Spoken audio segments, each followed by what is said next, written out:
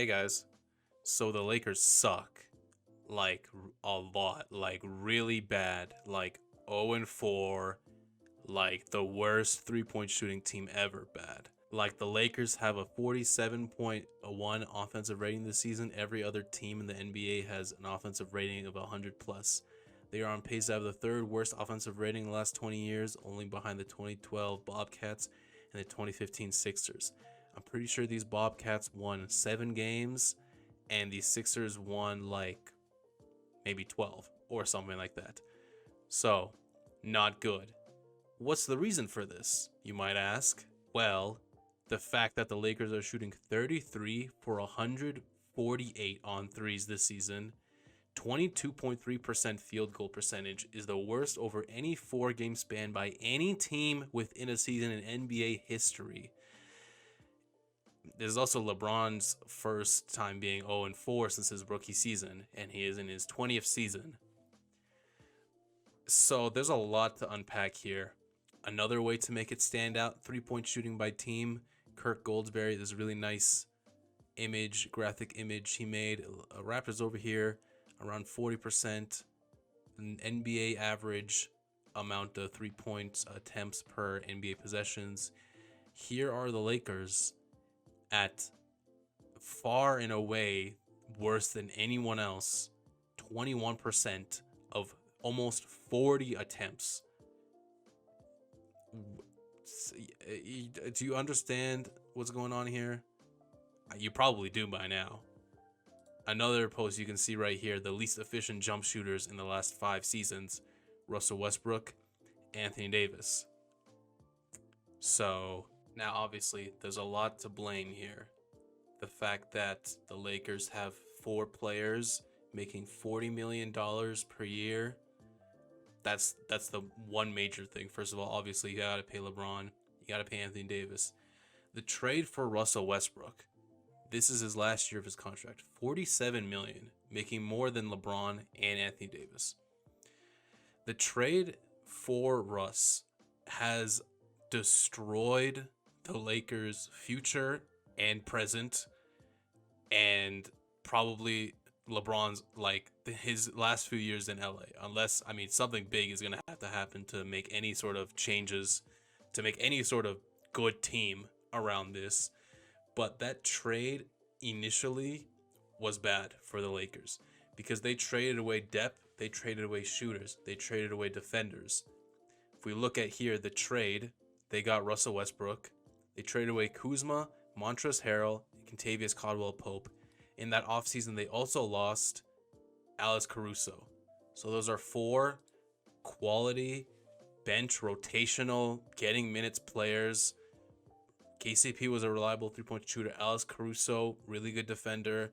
Kyle Kuzma, a secondary, another player who could score, get a bucket here and there.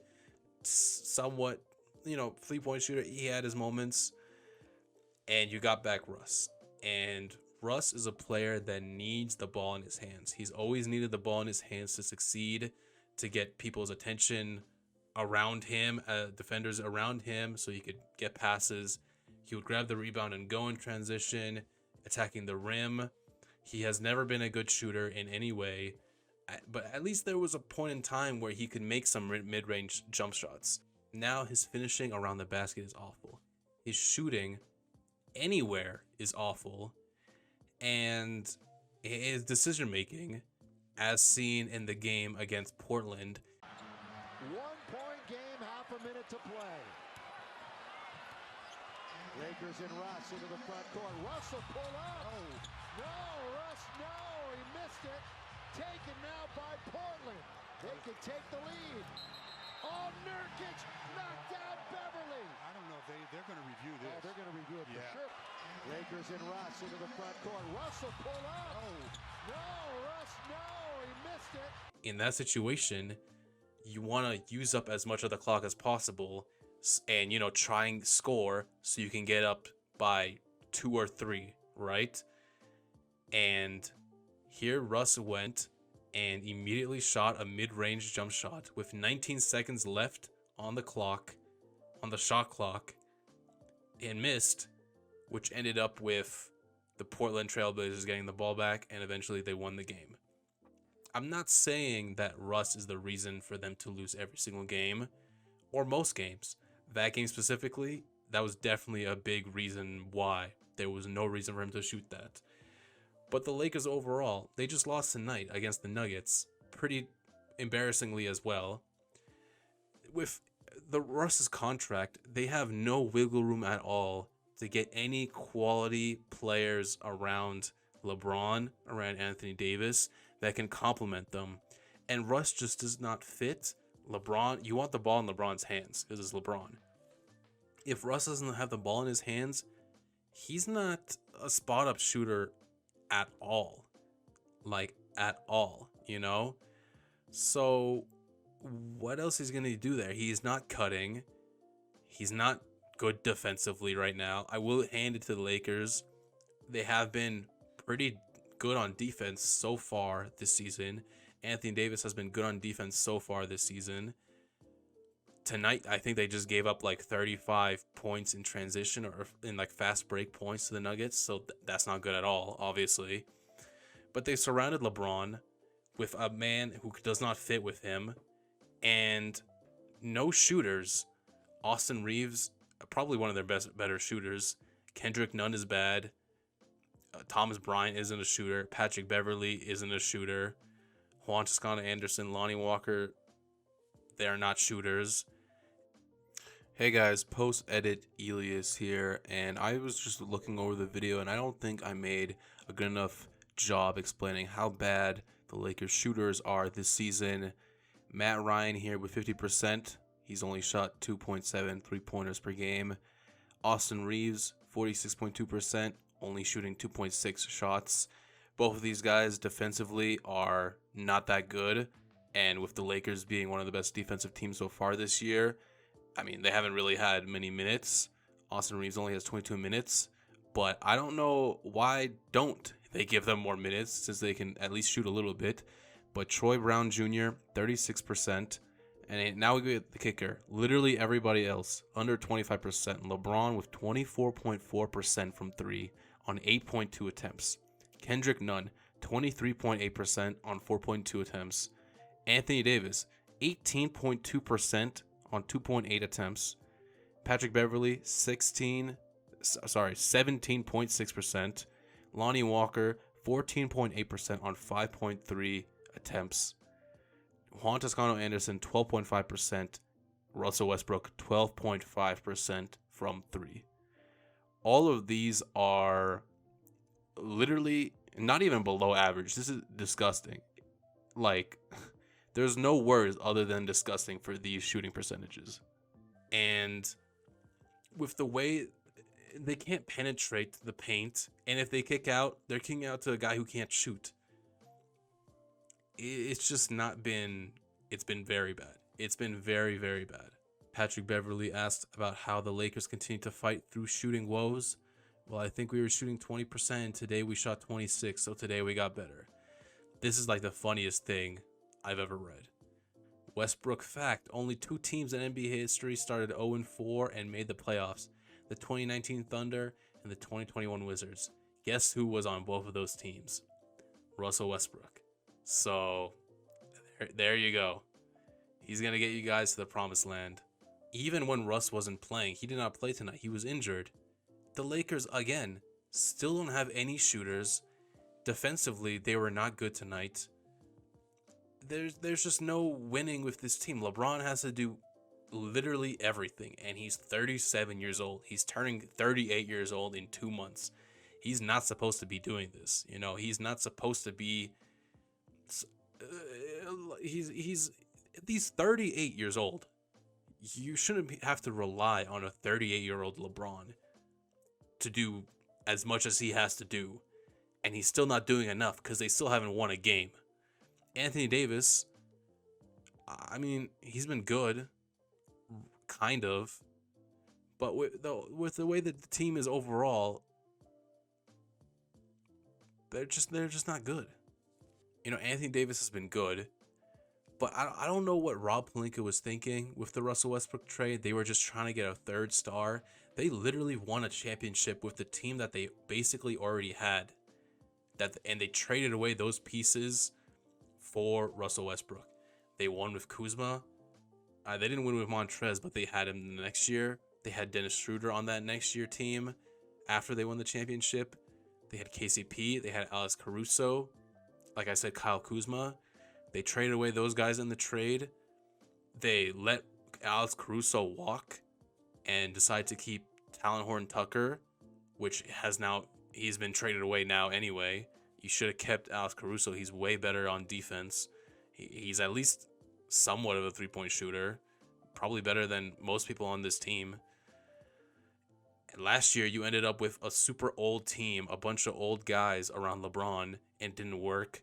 Now you ended up with a bunch of young guys who are not going to be able to thrive in this type of environment where there's a lot of pressure on them. They still haven't won a game. They are not high volume, reliable shooters, and now you're making them shoot collectively 40 3-point attempts per game. It's awful. It's horrible. And a trade needs to happen sooner rather than later. I believe there was something said by Rob Pelinka about how they were going to look to trade around after Thanksgiving. I think that that's too late. With the way this Lakers schedule is looking right now, I think that they have to make a trade like as soon as possible. And in this scenario, this is really like a painful post to look at. Scenario 1, trading Russ as an expiring contract along with future first-round picks to get decent role players, capable to make the playoffs, but a championship is unlikely. You have to make major changes, major trades to get better players, but you don't have the good players. You don't have the picks to trade for better players. The role players so far on the Lakers have been pretty bad, and I don't know who's rushing to give you better players for them. Second scenario here, trading away Anthony Davis or LeBron. You're not going to be able to trade LeBron. I mean, they're not going to trade LeBron at all.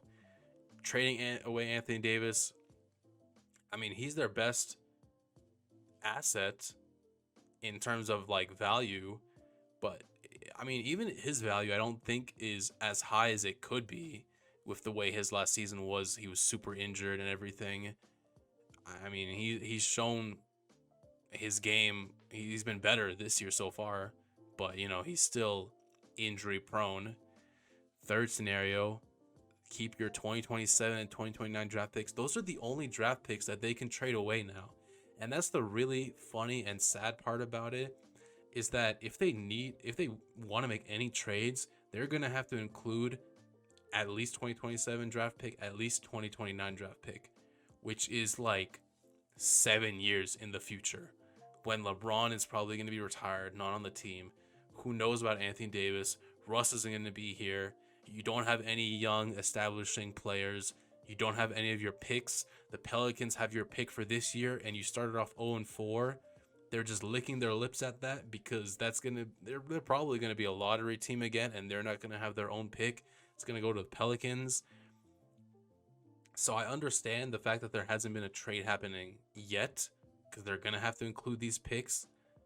But trading away 2027 and 2029, you're giving away your far, far, far future for a present that is very unlikely to provide any championships with the way this roster is constructed right now. It's sad. I think LeBron's time as a Laker has been very lackluster. Obviously, he still won a championship, but since then, and even before then, it was literally 1 year of them being really good. The next year they were pretty good. Then they had some bad injuries.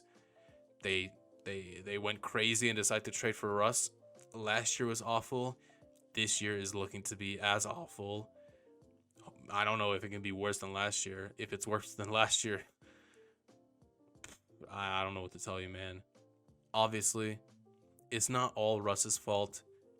I think it's almost all trading for Russ is the fault, because it got you stuck in this situation where you're stuck looking at these as your like only 3 reliable moves, and you can't really work around the edges to make anything better. What are you really supposed to do? I mean, I know what you're supposed to do. You're supposed to trade Russ yesterday.